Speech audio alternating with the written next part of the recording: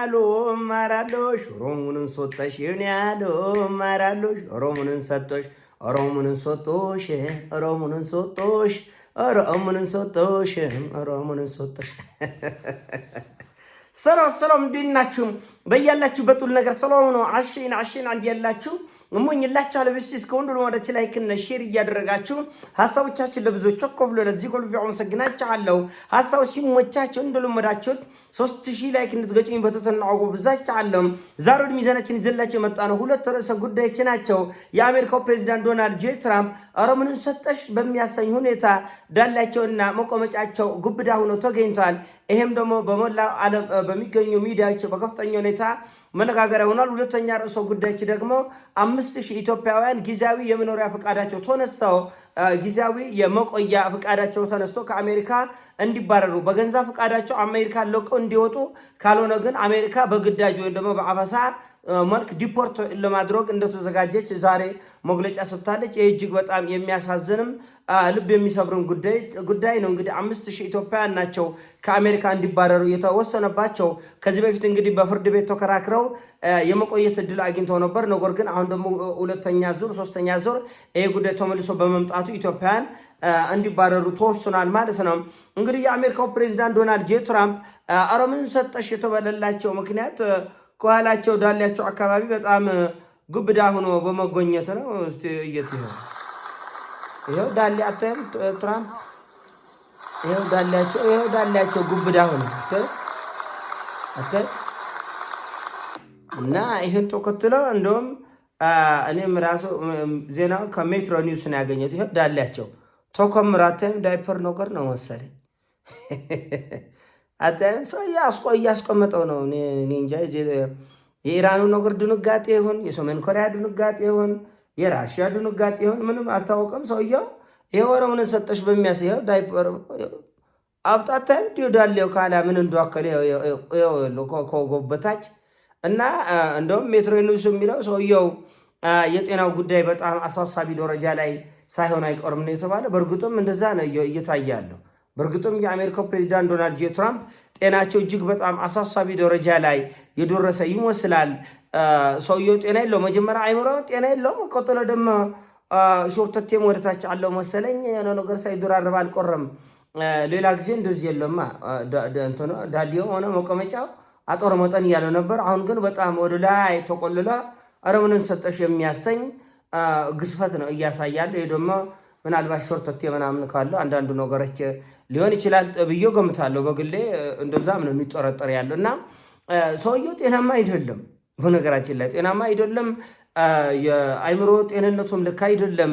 ጠዋት የሚናገረውን ማታ የሚናገረውን ሌሊት አይዶግምም እና ይሄ የአይምሮ ቀውስ እንዳለበት ኢራኖቹ በተደጋጋሚ ብለዋል። ሰውየው ቀውስ ነው ብለዋል። ሰውየው ጤና የሌለው እብድ ነው፣ እብድ ወፈፌ ነው እና እብዳችሁን ያዙልን እያሉ አሜሪካውያንን በተደጋጋሚ ጥሪ አድርገዋል። እና ይሄ ጤንነታቸው ከዚህ በፊት እዚህ አካባቢ በከፍተኛ ሁኔታ ቁስል ወጥቶ ያን ቁስል በሜካፕ ሸፍነው ለመምጣት ሞክሮ ነበር። ጋዜጠኞች ይሄን ካዩ በኋላ ሰውየው ልክ አይደለም፣ የሰውነታቸው ቆዳቸው ውስጣቸው ልክ አይደለም፣ እየታመሙ ነው፣ በግድ ነው እየተንገዳገዱ ያሉት የሚል መረጃ ሰጥቶ ነበረ። ከዛም በኋላ እንግዲህ ቢሮቸው ላይ የመተኛት የማንቀላፋት የማንጎላቸት ነገር አሁን ደግሞ እንደዚህ ያለ ዳይፐር የሚመስል ነገር እንዲተቆልሎ መቀመጫቸው ላይ ጤናማ አይመስልም።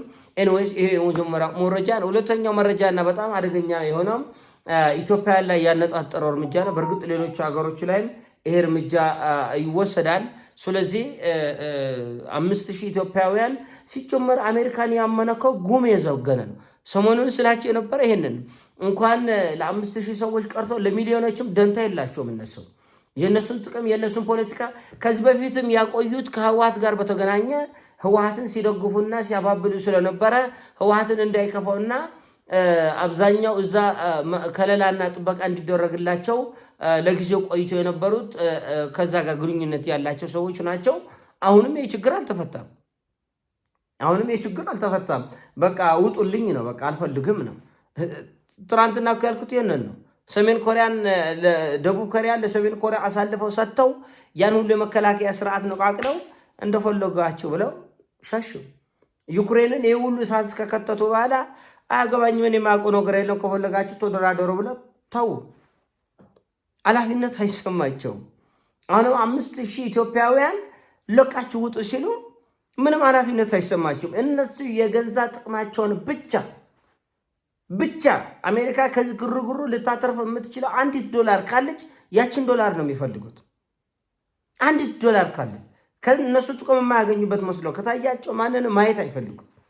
ማንንም ጋዛ አሁን የእስራኤል የብሔራዊ የደህንነት ዋና ኃላፊ ነው እና ከጋዛ ስደት እንኳን መፈቀድ የለበትም፣ ሁሉንም መግደል አለብን ያለ የሌላ አገር መሪ ይሄን ተናግሮ ቢሆን ኖሮ ሰማይና ምድር ትገለብጥ ነበር አሜሪካ። ሰማይና ምድር ቤን ጌቨር ሲናገር ግን ያው እስራኤል ደህንነት ኃላፊ አይደለም የራሱንም ሚስጥር ይዘዋላ። ችግሩ ትራምፕ እንዳይተነፈስ ይሄ ዳይፐር የደረበ ሰውዬ የራሱ ሚስጥር እነሱ እጅ ስላለ ቀና ብሎ እነሱ መናገር አይችልም። ፍርሃት ላይ ነው ያለው፣ ድንጋጤ ነው። ይሄ ኤፕስቲን ፋይል ነው። ማዕት ጉድ አለካ ማዕት ጉዳጉድ ስላለ ይሄን ሚስጥር እነ ቤን ጌቨር እንዳያወጡ የፈለጉትን ቢናገሩ ቀና ብለው ምላሽ አይሰጡ እንጂ ዓለም አቀፍ ሕጉ ይሄን አይፈቅድም። በእርግጥ ዓለም አቀፍ ሕግ የሚባል ነገር የለም። ግን ዓለም አቀፍ ሕጉ የአንድን ሀገር ዜጋ አላቅህም ከምድረ ገጽ አትወጣምም አትገባምም ብለው እንደው በይፋ የአንድ ሀገር የብሔራዊ ደህንነት ዋና ሚኒስትር የሆኑ ሰው የጋዛ ህዝብ እንዲወጡ መፍቀድ የለብንም፣ የዌስት ባንክ ህዝብ እንዲወጣ መፈቀድ የለበትም። ቢያንስ ከ1,800,000 በላይ ህዝብ ያለበት እንደው የተጎደለ ተጎድለ ቢያንስ አሁን በህይወት 1,700,000 ምናምን ሊኖር ይችላል። እንዲወጡም አንፈቅድም ነው ያለ። ማንም መትረፍ የለበትም እንደመሰሳል። ይሄን የተናገረ የአፍሪካ መሪ ቢሆን ኖሮ እሳት ይዘንብበታል፣ እንደ ሊቢያ ይፈርሳል። ይቅርታ ተመልካች፣ እሳት ይዘንብበታል። ጋዳፊ እኮ እንደዚህ ያለ ጸያፍ ንግግር አልተናገርም። ነገር ግን አገሩ ላይ የጀርመን፣ የእንግሊዝ፣ የአሜሪካ፣ የፈረንሳይ፣ የካናዳ፣ የመላ አውሮፓ ቦምብ ወርዶ ሊቢያ ፈረሰች። ቤን ጌቨር ሲናገር ግን ወንድ ቀና ብሎ ያያል። ወንዱ ቀና ብሎ ፓኪስታንም መልስ አትሰጥም፣ ቱርክም መልስ አትሰጥም፣ ሳዑዲም መልስ አትሰጥም፣ አውሮፓንም መልስ አይሰጥም። ለምን? እያንዳንዱ የገባበትን ፋውል ስለሚያውቅ አፉን ዘግቶ ነው ቁጭ የሚለው። እያንዳንዱ የምናያቸው እንደዚህ የዓለም ታላላቅ ሀያላን አገር መሪዎች ጉዳቸው በእነሱ እጅ ስለሆነ ስለሚያውቁ ትንፉሽ ብለው ምን ማለት ነው ይሄ ብሎ የሚጠይቅ ሰው የለም። እና ያመኗቸውን ሁሉ ይከዳሉ። እነሱ ያመኗቸውን ሁሉ ዩክሬን ትልቅ ማሳያ ነች። እየጠፋች እየወረሰች መሬቷ እየተወሰደ ነው።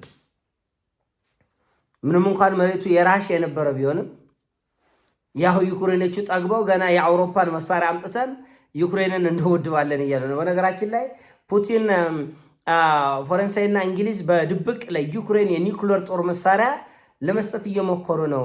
እናንተ ነው ማደባያችን ያለች እና ራሽያ በእውነቱም ይሄ ነገር ሊደረግ እንደሚችል መረጃ ካላት ቀደም ብላ እርምጃ ካልወሰደች በስተቀር እንግሊዝና ፈረንሳይ ይሄን ነገር ከማድረግ ወደ ኋላ አይሉም። ታሪካቸውም ያንን ነው የሚያሳየው። ወደ ኋላ አይልም በፍጹም። እጅግ በጣም አደገኞች ናቸው። ውስብስብ ጥፋት በዓለም ላይ ለዘመናት እንዲመጣ ያደረጉ ኃይሎች ውስጥ አንደኛ እነዚህ እንግሊዝና ፈረንሳይ እና ጀርመን ናቸው። በእርግጥ ስፔንም በዚህ ዓለምን ያጥለቀለቀ ቀውስ ውስጥ እጇ ነበረበት እና ለዩክሬን የኒውክሌር ጦር መሳሪያ በድብቅ በመስጠት ራሽያን ለማስመታት ራሽያ ነች እቺን አያውቁም። በቃ እነዚህ ዱለዞች በቃ ራሽያኖቹ በእነሱ ቤት ይሄን አያውቁም። ከዛ በኋላ በፈረንሳይና በእንግሊዝ የኒውክሌር መሳሪያ ራሽያ ተመታ። በቃ ፈረንሳይ እንደዚህ ሞልቀቅ ብላ ድልቆቅ ብላ ምን አይነት ጭንቅላት እንዳላቸው እኮ ነው። ያደባዩሃል፣ ያበራዩሃል። የኔ ጌታ መስለዋል። ቀኑ ሲመጣ ማን የቱ አባቱ ቀዳዳ እንደሚገባ እንታያለን። እነዚህ ድንባሻ እዚህ ቡርኪና ፋሶን ሲዘርፉ እንደነበረ እዚህ የአፍሪካ ቀንድን እነ ጊኒን እነ ሴኔጋልን እነ ኮትዲቫር ሲዘርፉ እንደነበረ አሁንም ሁሉ ነገር እንደዛ መስሏቸው። አይ ነው እንደዛ አይደለም። እንደዛ አይደለም።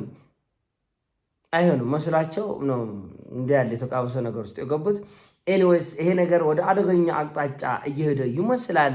ያመኗቸውን እየከዱ ወዳጆቻቸውን እየገፈተሩ ዓለምን ወደ አደገኛ አቅጣጫ እየወሰዱ ነው። ይሄኔ ሀሳብ ነው። ሀሳብ ሲሞቻችሁ ላይክ አድርጎ ሼር አድርጎ ወዳቻለሁ።